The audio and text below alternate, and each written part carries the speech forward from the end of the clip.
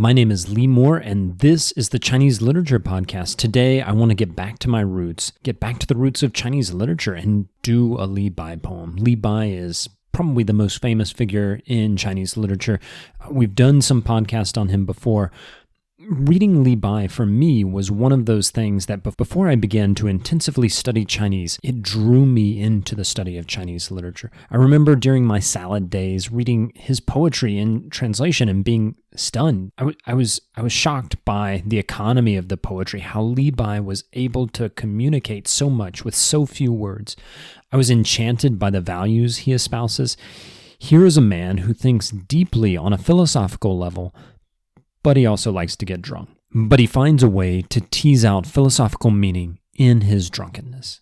When I first began studying Chinese poetry, Li Bai's writings were one of those things that were so far outside the purview that I had brought up in that it was just really hard to understand him, but also extremely fascinating. Maybe Americans are particularly puritanical, but I think it's hard to find other figures in world literature who can take alcohol and advance it to a metaphysical issue. Okay, that is enough of my boozy meditations and meanderings. And yes, if you were wondering, I am drinking for this episode, as I normally do. I have a Mexican Mocha Imperial Espresso Stout from a local Eugene brewery called Oakshire. And yes, it is mandatory. Every time you talk about Li Bai, you must drink.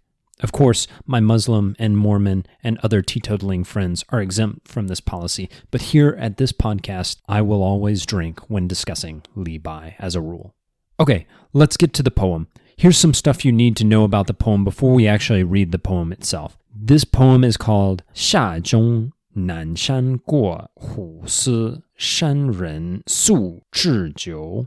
The English title, as I am translating it, is Going Down to Zhongnan Mountain with Mountain Man Husi, staying at his place and hitting the bottle. This is the fifth poem in the collection of 300 of the most important Tang Dynasty poems, creatively enough titled Tang Shi 300首, that is, 300 poems from the Tang Dynasty. We don't actually know when this poem was written. It might have been 730 AD, it might have been 742 AD. Li Bai was in Chang'an, that is the Tang Dynasty capital, at each of those times. And the mountain he is talking about, Zhongnan Shan, and the mountain he is talking about, Final South Mountain. That's a very rough translation.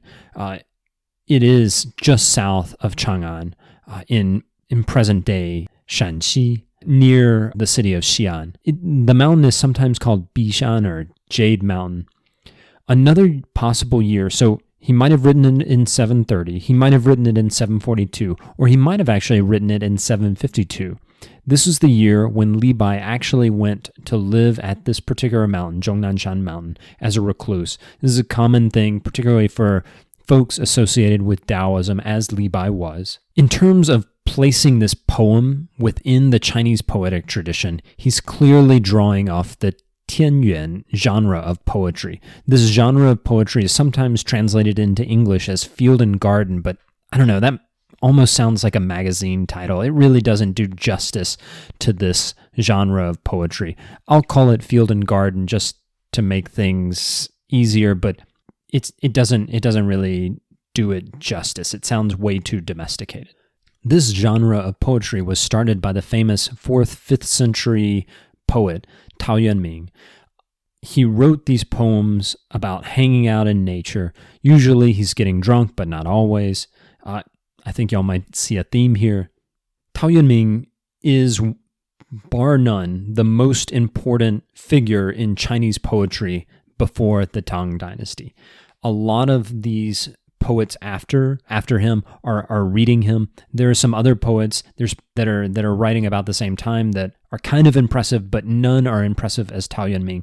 The poetry that comes before Tao Yuanming, there's a reason I haven't done any of it on the podcast. There is plenty of poetry that's been produced in that period before Tao Yuanming, but it doesn't really, it's not super interesting except for maybe historical reasons. The most important thing you need to know about Tao Yuanming and this genre of poetry that he invented called field and garden poetry is that They are all about the poet living in nature. He's rejecting that mainstream life, becoming a government official. He goes out into the wilds, which is really just kind of oftentimes the suburbs. Think Henry David Thoreau, when he goes to Walden Pond, he's just, I think, 2 miles from his mama's house. This is wild in that sort of Thoreauic sense. I think that's enough background. Let's just dive right into the poem. I'm going to read my English translation, but one thing I want to point out before I do that is that this poem is organized, not only is it in the genre of field and garden poetry, but it's organized as a 无言古诗. That really just means something like 5-word, old-style poem. I can discuss this some other time, but the main thing you need to know is that in the Chinese, each line is constructed with 5 characters. That's 5 zi.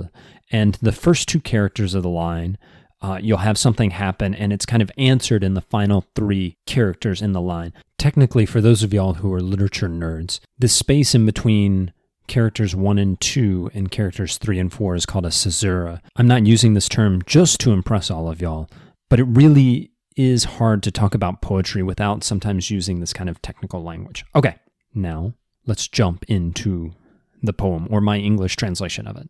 Here we go. Dusk follows up from the bottom of the Jade Mountain.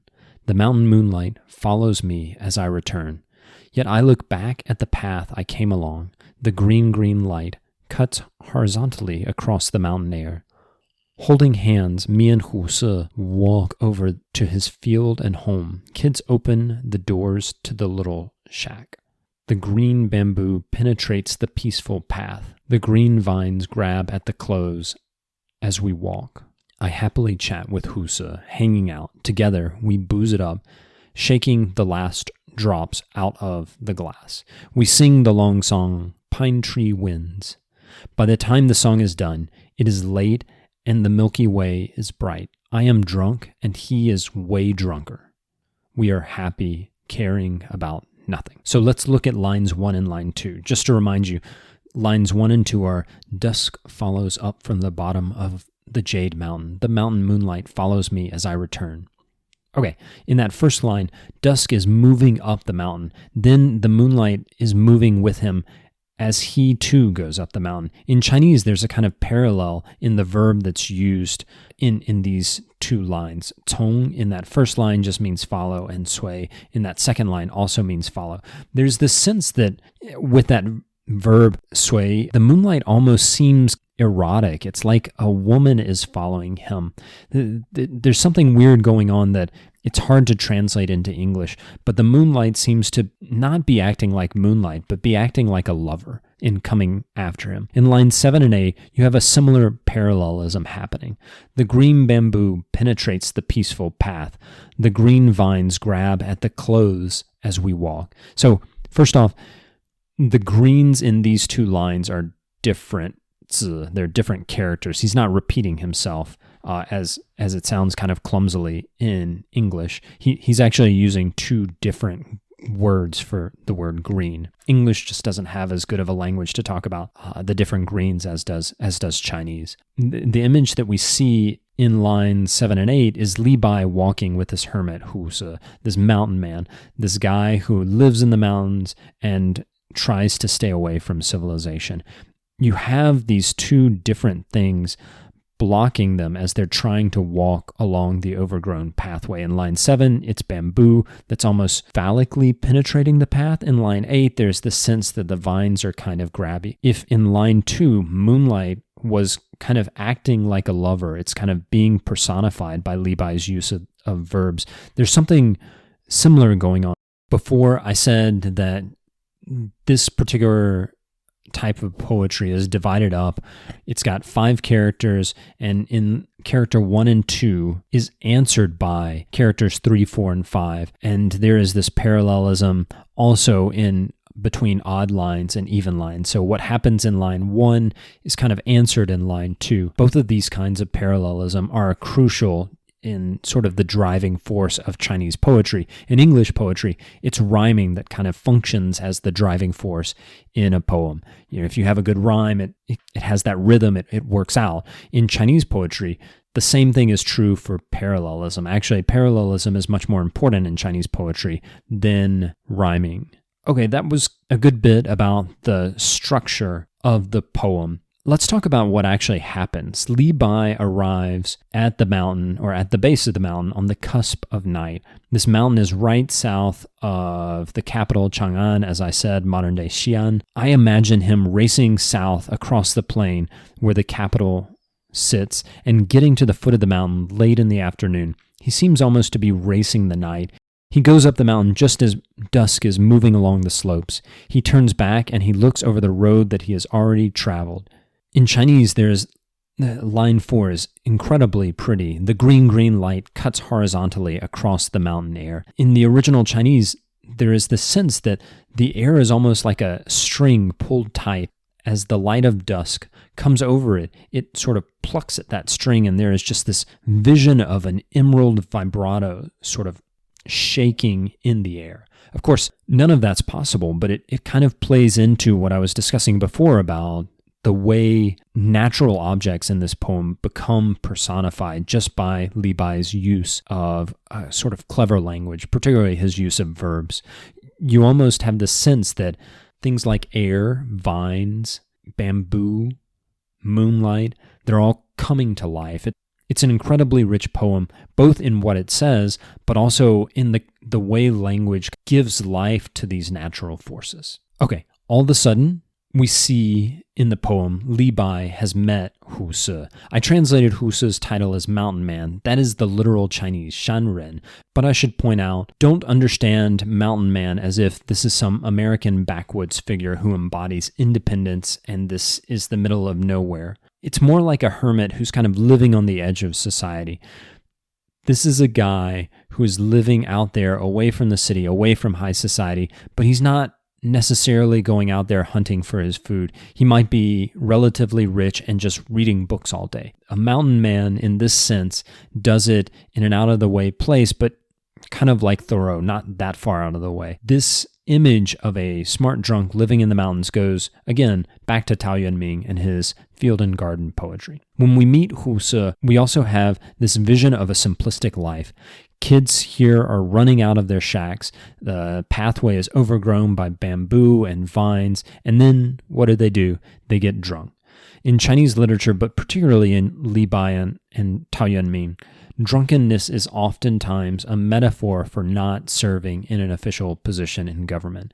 Rather, in this metaphor, drunkenness becomes just a symbol of living a life that's carefree, not worrying about official life. In Chinese literature, this tension of whether or not to serve in the government is one of the defining themes of all of the literature, going way back to the 3rd century BC with the Li Sao, supposedly written by Chu Yuan, who, if you've been to China, you know Chu Yuan. They have dragon boat festivals every spring or summer to celebrate his committing suicide in order to try and save the state. You make zongzi, this particular kind of pastry, to celebrate him. With Li Bai in this poem, he's not doing what Chu Yuan did. He's apparently leaving the capital and leaving behind any suggestion that he should serve as a government official. He did briefly serve in the government, but much of his life is defined by not doing the things that as a good person one would be expected to do in a Chinese setting. That is, get a job, work for the government, make sure your family is taken care of. Li Bai doesn't do any of that stuff. Instead, he's going into this natural area. He's embracing the carefree life of joyful alcoholism. That last line, "We're happy, caring about nothing." My translation follows some of the commentaries I was reading, but just in looking at the line and looking how it appears, it probably could be translated something more like, "Looking very merry, we together forget and are carefree." But again, when translating Chinese poetry, one usually goes with the commentaries unless you have a really good reason not to. That last line suggests the sort of Taoist theme of this poem. Embracing drunkenness functions as a way to put things into perspective. Does life matter? Does work matter? Nah. Drink and be merry, for tomorrow we're going to die. That's kind of the message that you get in Zhuangzi. I think he talks about alcohol a bit less, but certainly the sort of Zhuangzian form of Taoism calls on us to put things into perspective. It calls on us to not work hard. It calls on us to not focus too much on doing the things that everybody says are important, but actually they're not important. That is what is going on in this poem. Li Bai is leaving behind officialdom. He's going into the mountains and he's getting drunk with this guy who just sits around all day in the woods. This might seem like something to not aspire to, but I think Li Bai is trying to advocate for a particular lifestyle, a lifestyle of what I called before joyful alcoholism. Don't worry too much about life. Don't worry too much about the nagging sorts of things that you're supposed to do. Make sure you're happy and have a beer while you're at it. Well, I'm just going to leave y'all with a Chengyu that is drawn this time from the Zhuangzi, of course. 避世绝俗. This Chengyu just means to withdraw from society and live as a hermit, which, of course, is what this poem is all about. Before I go, just a reminder, check out my Patreon page, patreon.com/Chinese Literature Podcast. If you want to contribute, I really appreciate folks showing their appreciation of the podcast. If you have any other suggestions on things that you want me to do differently, things you think I'm doing really well, things you think I'm doing incredibly badly, train wreck bad, send me an email at ChineseLiteraturePodcast@gmail.com. That's it for this episode. I am Lee Moore, and this is the Chinese Literature Podcast.